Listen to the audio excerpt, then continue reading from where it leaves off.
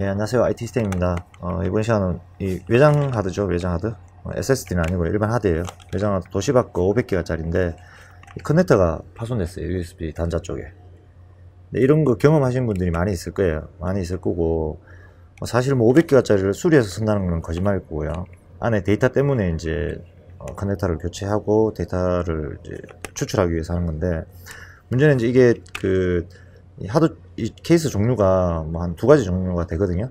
네, 물론 뭐 이렇게 사출된 부분이나 디자인 이런 건 다 다르겠지만, 이렇게 되면 이제 보증 기간이라고 하더라도 보증센터에 가게 되면 소비자 과실로 뭐 인정을 해준다 하고 하면 새 신품으로 교체는 해줄 거예요. 또는 이제 리퍼 제품, 정상 제품으로 교체는 해줄 텐데, 안에 데이터까지는 책임지는 업체는 없을 겁니다. 그런 제조사는 없을 거고요. 참 이게 애매합니다. 이렇게 파손되면 데이터를 추출하기 위해서는 이제 뭐 데이터 복구 전문점으로 가야 되겠죠. 복구 전문점에서는 복구 장비라든지 이런 게 굉장히 비싸요. 뭐 적게는 몇백만 원부터 기본 좀 인지도 있는 장비들은 몇천만 원, 뭐 억 단위까지 하는 장비들이 있죠. 네, 그런 장비를 보연업체 쪽으로 이제 복구 전문점으로 가게 되면 당연히 복구 비용은 높습니다. 그건 어쩔 수가 없거든요. 그거는 이제 복구 장비가 있기 때문에, 비용이 있기 때문에 그거는 이제 충분히 이해를 하셔야 되는 부분이고, 근데 그렇게 중요하지 않은 데이터인데 자료는 좀 살리고 싶고 이러면 일단 최저 이제 비용을 해서 복구해 보는 방법이, 보통 일반 하드 같은 경우에는 이제 파손, 물리적인 파손, 뭐 커넥 앞에 젠더 사타 커넥터가 파손된다든지, 또는 이제 뭐 기판의 전원부 쪽, 또는 이제 기판 교체를 하고 폼웨어 이식을 해서, 그런 거는 이제 5만원 밑으로 하면 거의 다 대부분 수리가 되거든요. 근데 그렇게 해서 안 되면 이제 뭐 하드 뚜껑을 열어야 되고 헤드를 교체해야 되고 막 이렇게 되면, 그렇게 하고도 복구 장비를 통해서 이제 복구를 해야 되면 복구 전문 업체 쪽으로 가는 게 맞아요. 근데 뭐 보시면 아시겠지만 이렇게 되면 일반인들은 이제 좀 멘붕이 오죠.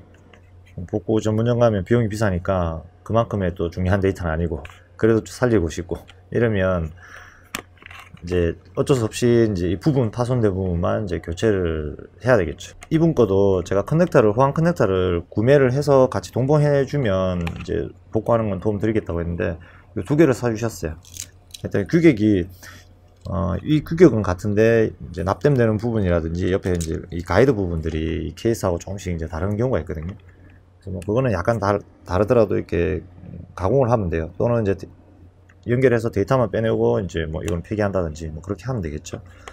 참 이렇게 되면 난감하죠. 근데 이 대기업 제품들 보면 우리가 일반 하드에서 이제 이 사타로 변환하는 이제 이 컨트롤러가 있거든요.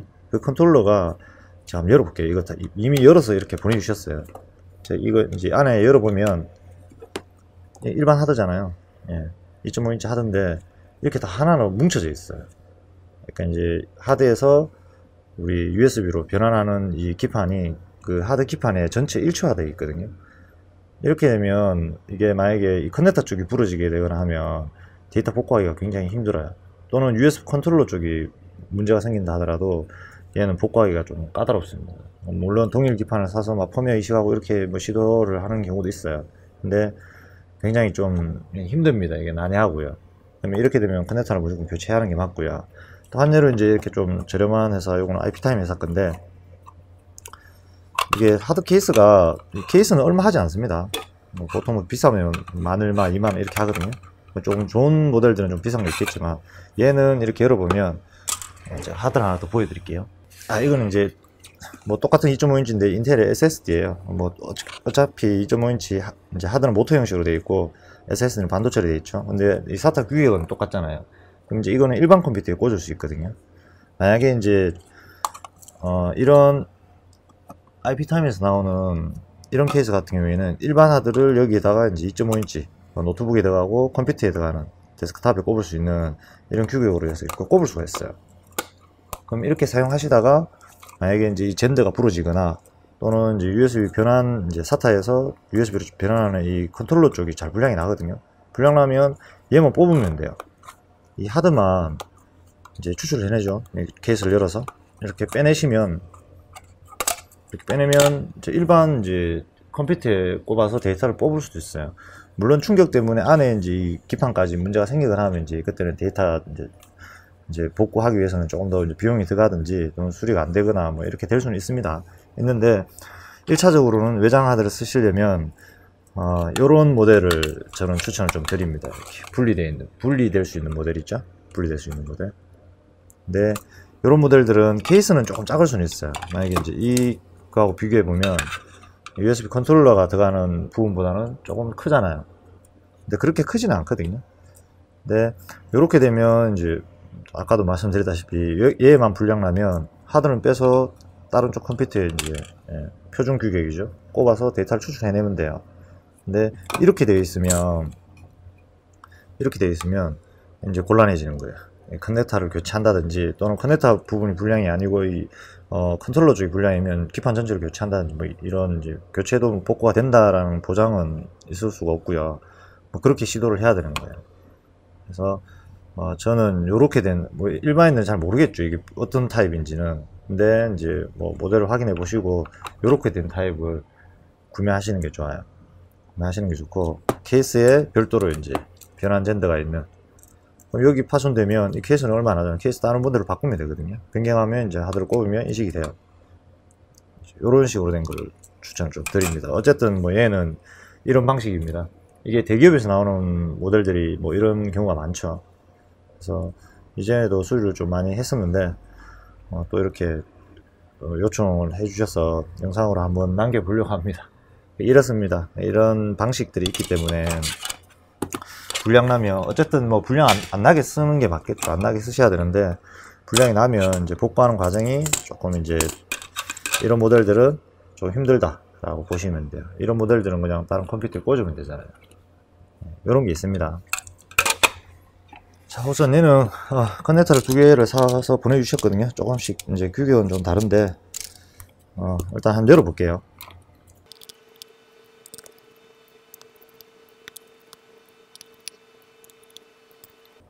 이렇게 분해하면 이렇게 기판이 나오죠. 뭐 일반 하드 기판하고 비슷해요. 1.5인치 짜리 하드랑 비슷하게 되어 있거든요. 이제 USB 컨트롤러가 포함되어 있다는 것밖에는 없죠.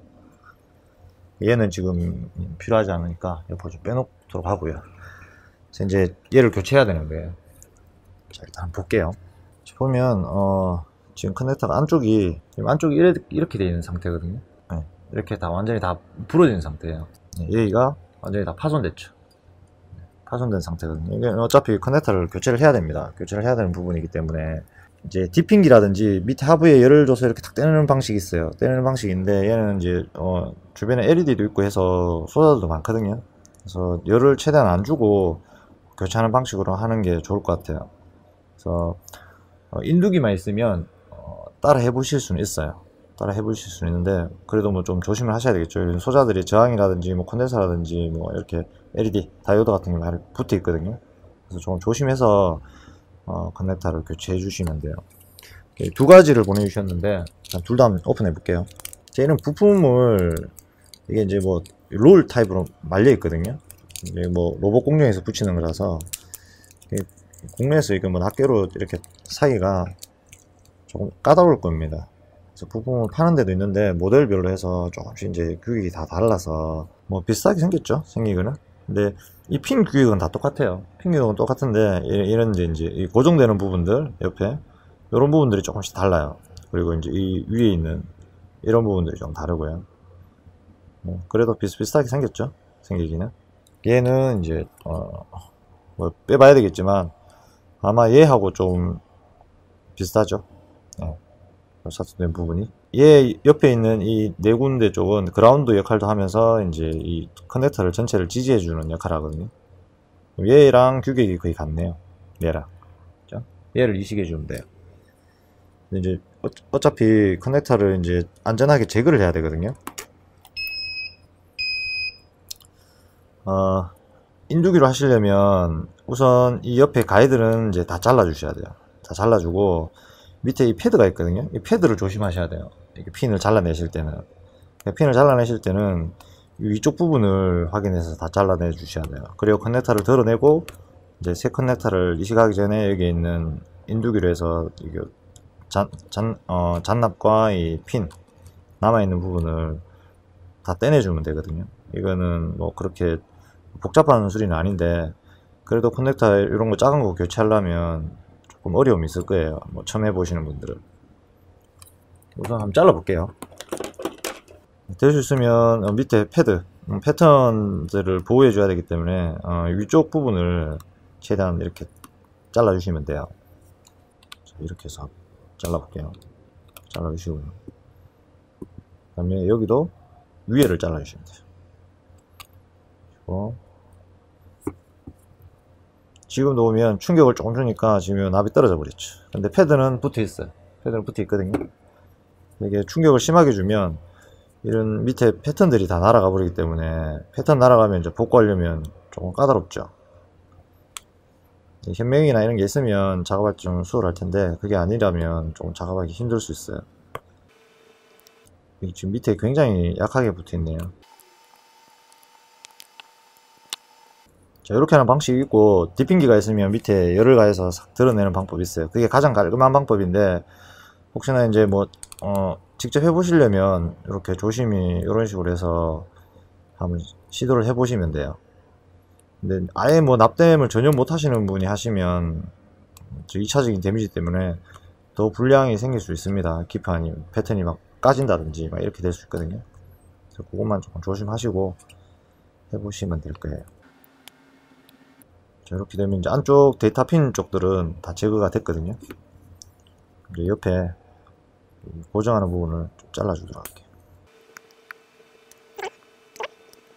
네, 잘라주도록 하겠습니다. 그럼 이렇게 하면 일단 분리는 됐어요. 이렇게 분리됐죠. 어차피 새 커넥터가 있기 때문에 얘는 이제 버리면 되고요. 그 다음에 이제 작업해야 될 게 요 인두기로 여기 밑에 있는 핀들 빼내고요. 그 다음에 여기 홀을 다 만들어 줘야 되겠죠. 잔납들, 잔납을 다 제거하고 홀을 만들어 줘야 되고, 이 핀들은 이제 다 깔끔하게 제거를 해줘야 돼요. 이 핀들을 많이 흔들게 되면 이 밑에 패턴들이 날아가거든요. 패턴들 날아가면 이제 작업하기 좀 까다로워져요. 그래서 패턴들을 최대한 보호한 상태에서 복구를 조심히 해주시면 됩니다. 이게 납을 조금 붙여주시면서 빼주시면 더 빨리 진행이 됩니다. 근데 조심해야 될 게 이 부분들 있죠? 여기 저항들, 이런 부분들 인두기에 딱 갖다 대면 싹 빨려서 이제 따라가 버려요. 그래서 요런 거 조심하셔야 돼요. 요거 다 해놓고 나서 소자류가 없으면 당연히 인식이 안 되겠죠. 데이터 통신이 잘 안 되니까 요런 부분 조심하셔야 되고요.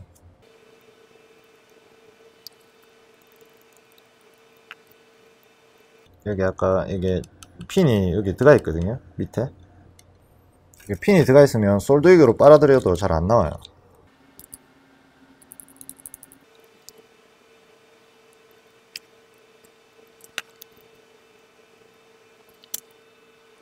구멍을 홀을 만들어 줘야 되거든요.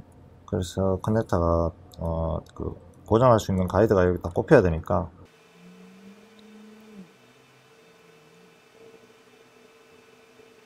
예, 다 빨려 들어왔죠. 구멍이 뻥뻥 다 뚫렸어야지.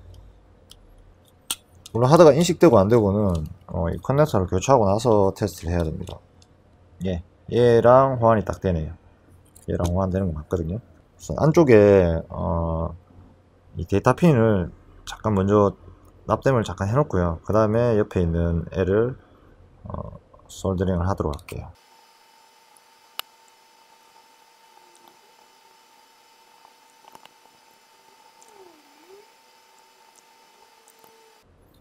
자, 이렇게 되면 1차 커넥터 가이드 잡아주는 쪽하고 뒤쪽은 솔더링이 다 됐어요. 됐고, 이 바닥 쪽에 납땜이 다 된 것처럼 보여도 이게 납땜이 안 돼 있어요. 지금 볼락 같은 걸 이용해서 살짝 대주면 납땜이 잘 되거든요. 근데 이 실납을 아무리 작은 거를 하더라도 갖다 대면 옆에랑 또 쇼트 납니다. 쇼트 나면 또 제거하는 방법이 좀 많이 까다롭죠. 이렇게 피치가 굉장히 조밀한 애들은 시간이 좀 걸리더라도 하나씩 붙여주는 게 답일 수 있어요. 예, 커넥터는 솔더링이 잘 된 것 같죠. 이렇게 흔들어서 커넥터 다 붙었는지만, 핀이 다 붙었는지만 확인해 주면 되죠. 자, 이렇게 되면 이제 커넥터 교체 작업은 끝났어요. 청소를 좀 해줘야 되겠죠.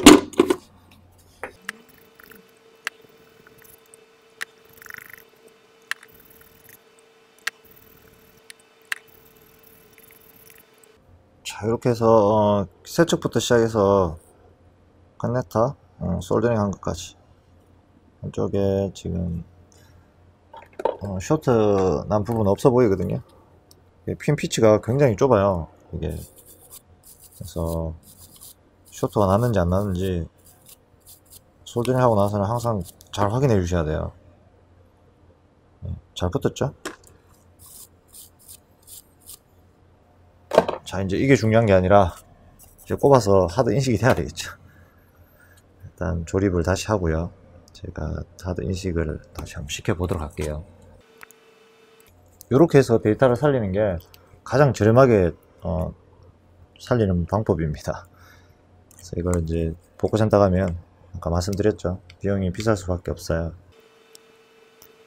자, 우선 테스트 PC로 가서 한번 꽂아 보도록 할게요. 자, 지금 인식은 다 됐고요. 지금 테스트 했는데 이상 없어요. 근데 문제는 이분은 안에 데이터가 없어요. 데이터가 제로거든요. 완전히 초기화 상태예요.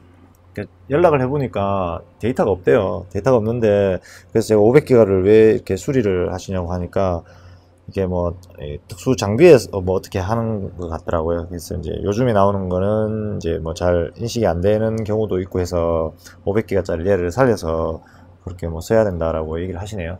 근데 사실 뭐 일반적으로 쓰시기에는 500기가는 의미가 없죠. 이렇게 수리해서 쓴다는 거는. 그래서 뭐 어차피 뭐 산업용으로 쓰이고 그 활용도가 있기 때문에 그렇게 수리하시는 것 같아요. 이번 거는 저는 데이터 복구인 줄 알았는데 데이터 복구가 아니었어요. 혹시나 해서 데이터 포맷이 된 거면 데이터를 소프트웨어로 이제 복구를 어느 정도 할 수 있거든요. 근데 그것 때문에 연락을 드렸는데 그건 아니라고 하시네요. 아니고 뭐 다 이상은 없어요. 지금 기본적인 것도 하도도 크게 문제가 없어 보이죠. 그리고 네, toshiba 다 올라오고요. 또 문제 있는 부분은 보이지는 않습니다. 네, 커넥터를 교체하고 나서도 인식이 안 되거나 하면 그때는 이제 좀 복구 작업이 좀 까다로워지겠죠. 네, 그래서 이번 시간은 이렇게 해서 뭐 인식은 다 정상으로 됩니다. 솔더링이 잘 된 것 같고요. 네, 여기서 뭐 끝났습니다. 뭐 다르게 할 게 없기 때문에 네, 이번 시간은 2.5인치 USB 일체형으로 되어 있는 하드디스크 USB 단자 교체하는 거 한번 보여드렸어요. 그래서 이번 시간도 여기서 마무리 짓도록 하겠습니다. 감사합니다.